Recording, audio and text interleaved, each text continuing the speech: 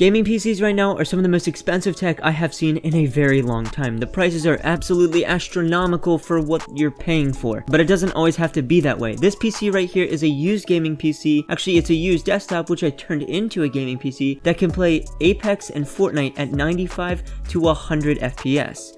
And it's also less than $300. So I'll be talking about the hardware specs and also going over the gaming benchmarks and maybe even doing some gaming because there's some new games that I didn't test when I got this way back in August of 2020. Yeah, this video has been delayed for several months. But before I get into that, this video is brought to you by cdkeylord.com. cdkeylord is an online store that sells digital keys, including Windows 10 Pro keys that from the OEM can cost up to $200. But instead on cdkeylord will only cost you about $20 with the discount code of ZA30. But Zach, does it work? Actually, yeah, and it's extremely easy. I used PayPal for checkout and got my key within seconds and activated my Windows 10 Pro without any issues. So if you're interested in cheap, legit Windows 10 keys, be sure to check out CD Keylord using the links in the description and using ZA30 to get 30% off your purchase.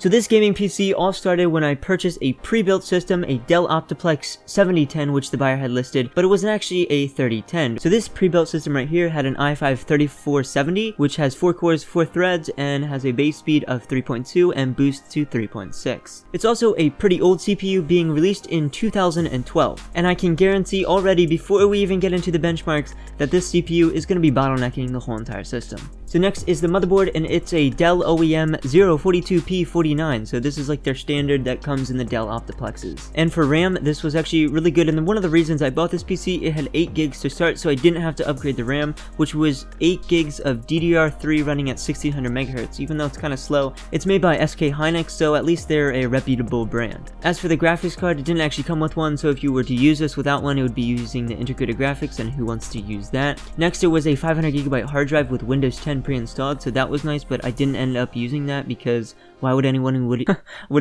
why would anyone want to use a hard drive in 2020 for a boot drive is beyond me. And then to power everything in the system, it was a Dell OEM power supply, which is an absolute measly 240 watt tiny little thing that actually is standard size, luckily, but it's just not powerful enough at all. And then last but not least, it also came with the Dell OptiPlex 3010 case, which honestly, they have decent airflow-age. And all of this before the upgrades cost $103.88. Who really cares about the pre-built? Let's get on to what I bought for the system to make it into a gaming PC. And it all starts with the first purchase, which was the power supply. I found a Thermaltake 500 watt power supply for $49.82. Wow, that's actually really expensive. I literally just bought a 600 watt 80 plus bronze certified for 40 bucks. So you could definitely find a power supply for much cheaper than like an average of $50. And that's why I think this PC could have been about $250, closer to $250 than closer to $300. So next I bought the star of the show, what actually makes this PC into a gaming PC, and that is the graphics card. Now, one of my favorite graphics card is a GTX 970, around that area in the $100 price tag. And I picked up an EVGA GTX 970 SC Gaming Edition, which is an older card being released in 2014, but it has 4 gigs of VRAM, so it should be able to play most games. And I picked that card up for $96.46. So the last thing I bought to make this PC actually snappy and fast is a 240 gig SSD from ADATA, more specifically the SU630, which I purchased on eBay for $32.85. I had originally purchased 2, so that's why the price is like 60 some dollars, but you just divide that by 2, and that was the cost for that SSD. Quick maths! So that brings the total for this CPU to $283.01, which I also had an idea to do a budget gaming PC buying video. If you'd be interested in something like that, I'd do it in one sitting,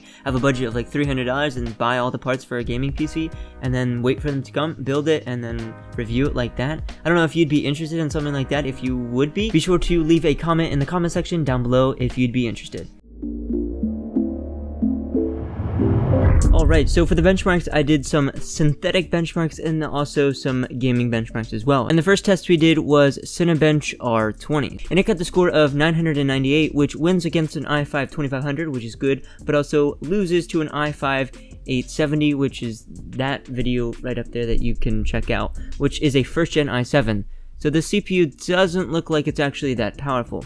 And I am correct on that. Now on to some benchmarks that actually matter. Unigine Heaven benchmark got a score of 1630 with an average FPS of 64.7. Now a more difficult benchmark, Superposition benchmark, which got a score of 7707, and this was set at 1080p medium setting. 3D Mark Firestrike was next, and it got a score of 8798. So that's actually not too shabby when you think about it, but also it is kind of shabby because then you realize that the CPU is definitely holding the system back. Now our first gaming benchmark here is Minecraft. Here you can see the settings. I believe it was set at very high, or the highest, one of the highest settings that you can go. And Minecraft got an average FPS of 112 with the 1% lows being 20.9, so 21, and then also the 0.1% lows being 5.4. So there was definitely some dips, and I believe that was because of the CPU bottlenecking when you would load in a new chunk, and then it would come back up, but it's still pretty jerky around. But the freezes and stutters were definitely really noticeable when playing Minecraft. So on to Fortnite here. I believe it was epic view distance, yeah, and then some medium and low settings. That's what I had. This was a really long time ago. I don't even remember this Fortnite event anymore. Yeah, the average for that was 94.5, so 95 FPS with the 1% being 13.7, so 14 FPS, and the 0.1% lows being 1. There was definitely some hiccups during this game, and you can check up in the top left corner there. The CPU is at 100% the whole entire time. Definitely a problem with this computer. So Apex Legends was kind of the same story as well. You can see the CPU up at 100%, and we're not even fighting, so it really got bad when we were fighting, and the average FPS for that game was 105 for the average, 1% being 47.5, and the 0.1% lows being 34.5. So it definitely played much better than Fortnite, but still, when you would get to the end game and there would be a lot of people around, it definitely was stuttering and carrying on like it usually would on the CPU. Rainbow Six Siege on high got an average of 151. This game like really runs really good on these type of computers. It's pretty much made for it.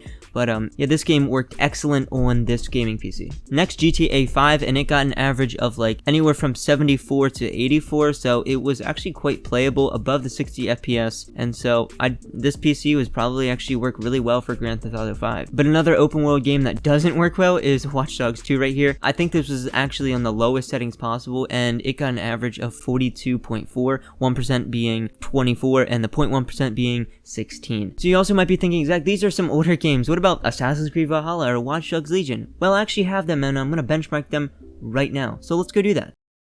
Alright, so Assassin's Creed Valhalla, and here are the settings that I have it set at. Now, I just tried medium, but it did not work very well. And now I have them set all to pretty much low. This is the lowest one that can go. And you're wondering, Zach, why don't you just drop it down to DirectX 11 or DirectX 10? Well, this actually only has DirectX 12, probably why it's so bad. Alright, so some actual gameplay here in town. Now, Ubisoft has never fixed actually the bug with older Intel CPUs because they don't utilize the GPU and the CPU enough. As you can see right there in the top left hand corner, the GPU is at 80% and should be at like 100. This is a problem that they were gonna fix. I mean, they were supposed to fix in this patch that just came out like a couple of weeks ago, but they never did. So it's something they still need to patch. With my Ryzen CPU, I don't have any problems with it, but whenever I use Intel processors, this game always suffers a lot. So I'm just gonna run around here, get those frame rates for you. Then I'm gonna switch to something that's gonna be a little easier to run, which is going to be Watch Dogs Legion, because we can set that to DirectX 10.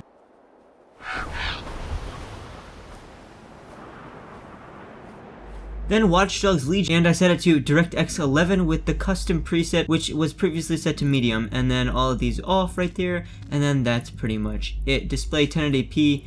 And yeah, so if we hit the benchmark, it is actually kind of good.